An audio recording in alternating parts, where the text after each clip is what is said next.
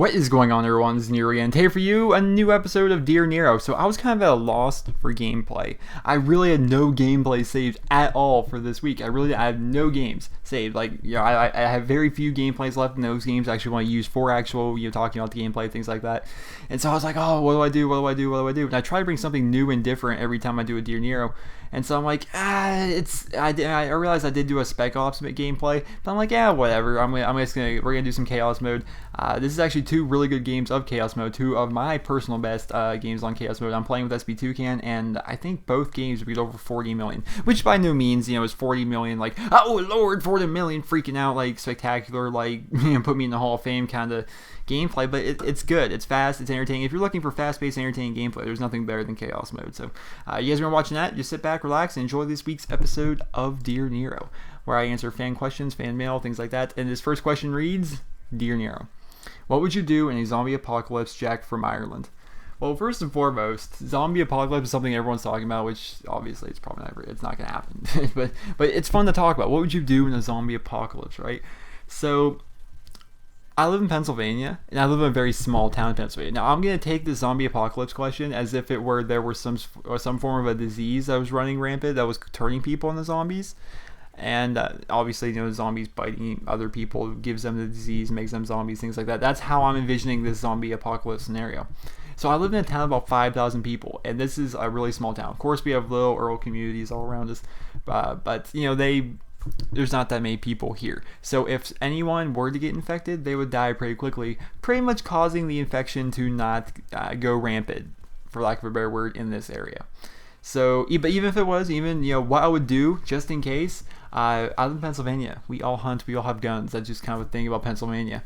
I have a 30-30 Winchester sitting upstairs, and that's actually what I hunt with. And I would take that and the 2 boxes of ammunition I have. I'd grab my family, we'd hop in the car, and as small as my town is, we do have a Walmart, and I would head to Walmart. Why? Because it's Walmart. First, you have giant, oh man, what do we even call them? Where they stock the merchandise, giant shelves. There you go. I worked there, for crying out loud, and I can't even remember what shelves were called. But yeah, you can get on top of giant shelves. There's tons of food there. There's an outdoors department, basically filled with guns and ammunition, all that good stuff. And yeah, so why not? Walmart is the perfect thing. We get up on the top of the roof. There's plenty of good stuff you can do at Walmart. Walmart is the ultimate hide from the zombie apocalypse place. And so we'd go there, and then we'd wait it out until, whatever happens, because it's a zombie apocalypse. Not too many good scenarios happen in a zombie apocalypse, so just letting you guys know that. But hopefully that answers your question. That's what I would do. Now, this next question reads, Dear Nero, do you think Black Ops 2 will breathe a new atmosphere into the Call of Duty series or end up just like the rest? Now, I really don't know what that question means, but I wanted to answer it. Like, it's a new atmosphere in Call of Duty or end up like the rest. I think every Call of Duty has a completely different atmosphere, just based off the game. Each game plays different, therefore causing a different, everyone plays different because the game is different. They, different play styles, the game is set up differently, people do different things. If you're talking about the YouTube community, the YouTube community is completely different depending on each game. For example, during Black Ops, it was really about getting these really, really, really high scores, whereas Modern Warfare 3, most gameplays are about Moabs or something. Modern Warfare 2 was about getting nukes and about getting really high scores. COD 4 and World at War were just fun-ass games that people posted wherever they want. I wish YouTube would go back to that, where there really weren't so many standards, but at each game, there's a different atmosphere. Okay, and if you're talking about the YouTube COD community, I think it's actually going to become better once Black Ops 2 comes out, just because the Moab is kind of a crutch. I'm kind of glad I'm glad and I'm not. I'm kind of torn on the topic, but whether or not it's a good idea, there's no form of nuke or Moab in Black Ops 2, which that's what I've heard. I'm not sure if there isn't one, but that's what I've heard. There's so many channels out there that are dedicated to only getting Moabs and only posting Moab gameplays and things like that, and it's kind of a crutch for them. Like people are subbing them just for their gameplay, and then once Black Ops 2 comes out, these people are gonna have to develop personalities. These people are gonna have to go ahead and start playing the objective more. They're gonna have to do other things to make entertaining gameplay rather than just Moab, that kind of thing. So I think the atmosphere is gonna become better if that answers your question, which I hope it did. This next question reads, Dear Nero. This is actually a good one. I want to state my point on it. Dear Nero, I'm a pretty good lacrosse player, and I've been told I could be headed for a Division I college.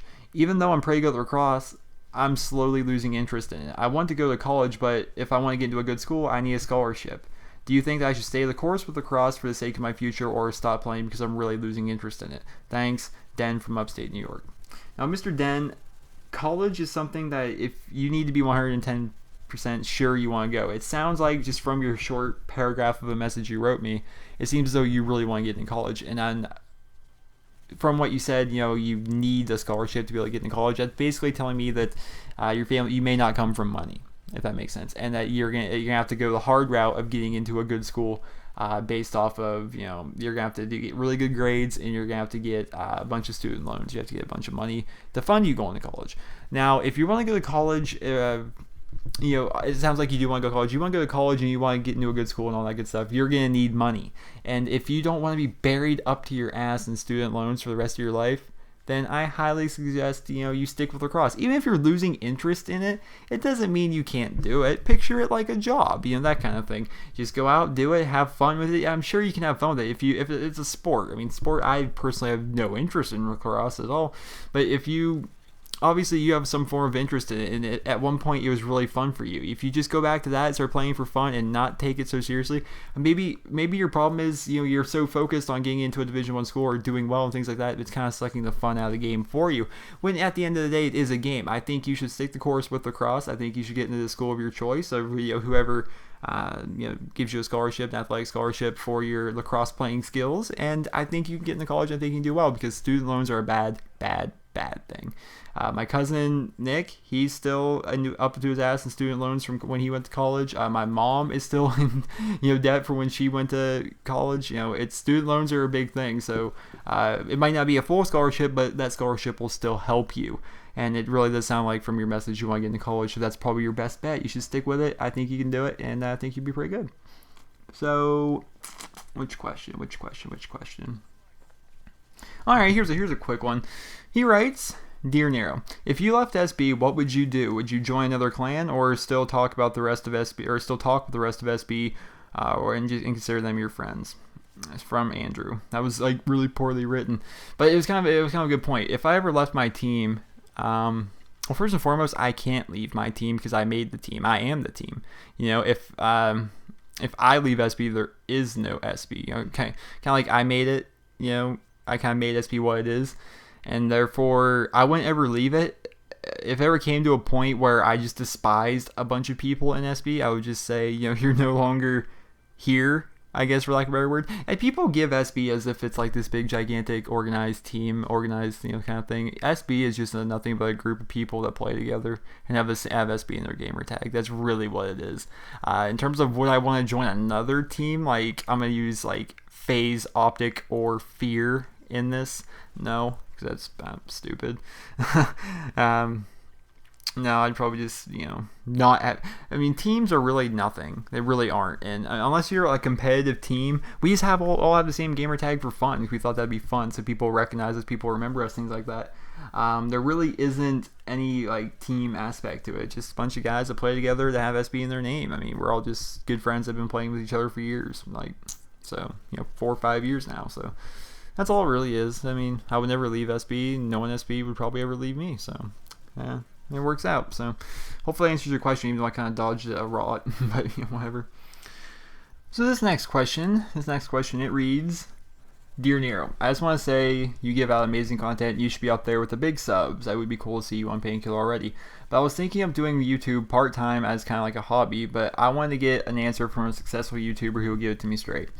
So how is it to have a job as a YouTuber, and how hard is it? How good do you have to be at the game you are playing? Thanks for your time to read this. He didn't leave his name, mind you. So how is YouTube as a job? It's an amazing job. It's a lot more difficult than a lot of people think. What's kind of nice, okay, I'm going to take my old job at Walmart for an example, okay? My old job at Walmart, I would go in there every day and I would do the same thing. I'd get in there, 10 minutes to 4. My shift started at 4. I would go unload a truck for 5 hours, have lunch, and then unload a dairy truck, and then I would go stock shelves, and then probably unload what we call a remix truck that came in with a bunch of random products and stuff like that. It was the same thing every time. work truck, unload truck, stock shelves, unload truck, stock shelves. It was the same thing every time. Having YouTube for a job is really awesome in the sense that I can do whatever I want. I make my own hours and I get to play the games I want to play. I get to have fun with it. But people really don't give enough credit to the creative aspect of YouTube. Picture writing an essay. Okay, you have to write an essay, and this essay has to, you're going to present this essay in front of your entire school. Let's say, I have 20,000 subscribers, but on average, 4,000 people watch it. So let's say your entire student body of 4,000 people are sitting there in your auditorium, and every single day, you have to go up there and read them your essay or your short story. Now here's the catch. They have to be really, really, really entertained by that short story, or they're gonna throw stuff at you and leave, and never come back, and they're not gonna be your friend anymore. That's kind of like my scenario with subscribers. Either I post continuously good stuff, or people will lose interest in me, people will get angry at me, that kind of thing. I have to every single day, myself as well as every other person that does YouTube for a job. You have to be so creative. You have to come up with these new and fresh ideas. You have to be entertaining. And I'm not gonna lie, there's certain days that you don't want to be entertaining. You don't want to be peppy. You do not want to make a video, but you do because you have thousands of people who want you to make that video. There are thousands of people who want to hear your opinion on something. You have these people that want to see you play a game. It's sometimes stressful in that light. But overall, it's a really fun hobby. But you gotta remember that it's gonna be a hobby for a very, very long time until you can get partnered. Unless you go with Yoush, and Yoush partners everybody. But it's not a good idea to get partnered with them if you have a small amount of subscribers. But I'm gonna leave it at that. So if you want to make it as a hobby, go for it. But it's an expensive hobby, especially if you want to do gaming. How good do you have to be at the game? You have to be pretty damn good at the game. Because Woody gets away with it because he's, from the beginning, called himself the unexceptional gamer. He gets away with that. He can post subpar gameplay because that's okay. People are more interested in Woody than they are the actual gameplay. But no one else is going to get interested in you. There's no one else really on YouTube besides maybe Junkyard who can be considered the unexceptional gamer or the average gamer. You have to be above average. People have to fall in love with your gameplay before they can fall in love with you. So if you plan on doing a quality channel, you have to be pretty damn good at it. If you want to make a Minecraft channel, you have to build some crazy stuff in Minecraft. It's stressful in that sense. You have to be really good, and I don't think people realize that YouTube, while it is fun, there is a lot of work that is involved. So hopefully that answers your question, I guess. But do I think you should start a hobby? If you have the money to get yourself a capture card, get yourself the editing software, things like that, and you want to make a run at it and have fun with it, go for it. Having fun is what it's all about, right? So how much time do I have left in this video? Let me scroll in right here. We're at about 20 minutes. I got roughly 3 minutes. I got time to answer a few more questions. So let's hop in here real quick. I'll go with this one. He writes, Dear Nero, I just want to say that you're one of my favorite commentators on YouTube and you make kick-ass videos, so keep it up. So here's my question. What have been your past experiences with girls, and do you have any tips? Thanks, yours truly from Oregon. Now, I was sitting here thinking, how do you give tips, to... I'm assuming you're wanting to talk to a girl or you're trying to get yourself a girlfriend, and typically if you're looking for tips, then you're probably in a middle school age area. So a backstory on me, because I get this question a lot. I haven't dated a girl since I was in a junior, kind of like a junior in high school. So that was 2.5, 3 years ago since I had an official girlfriend.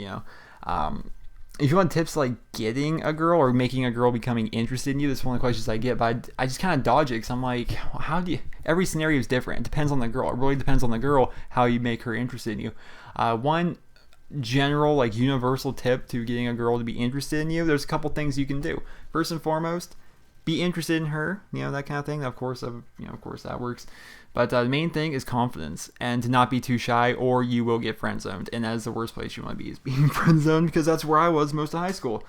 I was always the guy that was retardedly nice, not retarded, but ridiculously nice to girls. I was friends with every girl in school, and they put this friend zone kind of thing on it because I was just nice to them, and I wasn't, the old stereotype that girls are attracted to bad boys because the bad boys or wherever, they treat girls like shit, and that's kind of what they want. But you don't want to treat a girl like shit. You just want to be nice to them, but be straightforward. If you're interested in a girl, just be straightforward with her about it, because girls aren't going to come to you.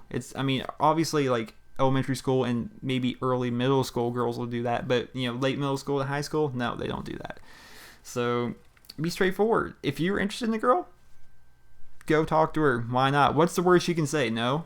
No girl, it's not like you're going to see on something like on MTV where the girl laughs and tells all her friends and that kind of thing. Just go and do it. Whatever happens. Just remember that. And don't take things too seriously, especially if you're still in high school, because chances are it's not going to last. It's in high school. I don't even know half the people I went to high school with anymore. And a lot of people will tell you that too. That's not just my situation. So, what time? I got time for one more? I think I got time for a really quick one. So, he writes, Dear Nero, what do your parents think when you told them you were going to be doing YouTube as a job? Love your videos, Simon from New South Wales, Australia. That's kind of cool. So, I kind of fell into YouTube, and I slowly started making money at it, and my mom thought that was cool. That's basically the gist of it. It's a cool thing. Do I plan on doing YouTube the rest of my life? I'll try, I don't know. You never know what's going to happen. I don't think that far ahead. But in terms of what did they think when they heard I was making money playing video games, they thought that was pretty damn cool. And my dad still doesn't get it. My dad is, he doesn't get it at all. He doesn't understand it. He keeps telling me to go get a job. I'm like, Dad, I got a job, and it's a cool job. And he doesn't understand it. I try to explain it to him. He doesn't get it. But my mom is 110% in love with it. When her and her boyfriend, they go out to the bar or whatever. Not to make my mom sound like an alcoholic, but when they go out to the bar, they go out on a Friday night or something, eat and then go have drinks afterwards or something. She shows her friends like my videos on her phone. Like she loves it. And my family, like not just my parents, but like my family in general, like aunts, uncles, grandparents even, think it's the coolest thing ever. They think it's an awesome thing. So YouTube is a cool thing. So I hope you guys all enjoyed this episode of Dear Nero. We have ran out of time and I'm running past the video, and I hate when I do that. So if you guys go ahead, remember, rate this video wherever you guys feel it deserves. And if you guys would like your questions featured on next week's episode of Dear Nero, send me a PM here on YouTube with the title Dear Nero, and I'll look through them, and the most interesting questions, I will answer them, and you'll be featured. So remember to write your name in the message, and I hope you guys all have a wonderful day.